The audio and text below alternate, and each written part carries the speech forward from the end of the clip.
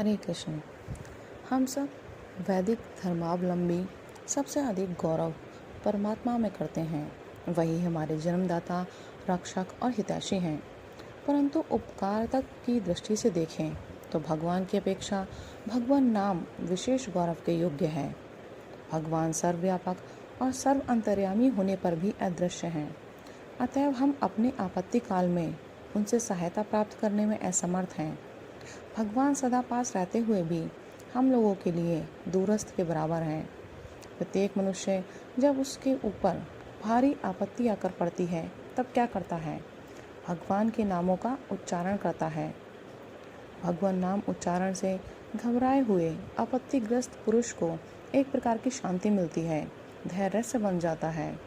वह अपने को निरापद समझने लगता है। नाम तो हम भगवान का लेते हैं, परंतु भगवान सामने आकर धैर्य नहीं बंधाते, किंतु भगवान नाम हमको धैर्य बंधाता है।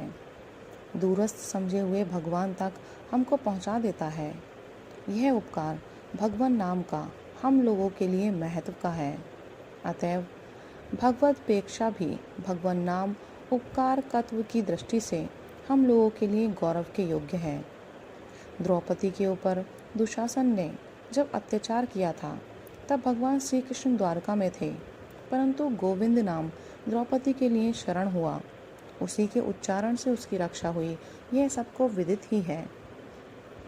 किसी भीरू मनुष्य को कभी रात्रि के समय अकेले जंगली रास्ते से जाने की आवश्यकता आ पड़े, उस समय उस मनुष्य की परिस्थिति कैसी होती है, यह अनुभवी मनुष्य ही जान सकता है।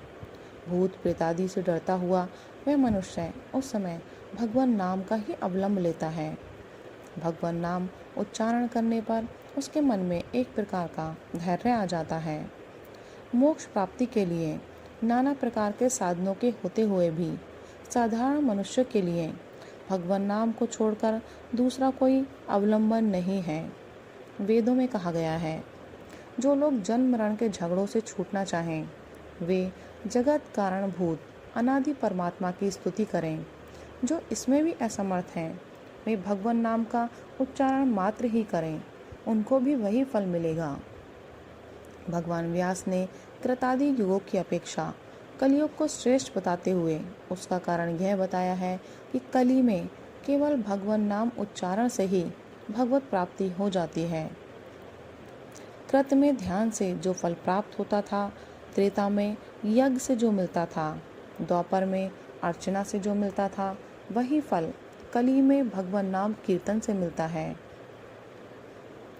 भागवत के श्लोक में स्पष्ट ही कहा गया है कि कली में भगवान नाम कीर्तन से ही संसार बंध से छूटकर मनुष्य परमात्मा को प्राप्त कर लेता है। भगवान व्यास भी कहते हैं, नारायण नाम के होते हुए और स्वाधीन मुँह के रहते हुए भी लोग नरक में पड़ते हैं। ये बड़े आश्चर्य की बात है। भगवान नाम की महिमा बड़ी भारी है, उसका पूरा वर्णन होना असंभव है। कली काल के हम पापी मनुष्यों का भगवान नाम से ही उद्धार होगा। अतएव चलते फिरते, उठते बैठते, सोते जागते सदा भगवान नाम का उच्चारण करते रहना चाहिए। कार्यांतर के करते हुए भी भगवान नाम उच्चारण होते रहना चाहिए। राधे राधे, हरि बोल।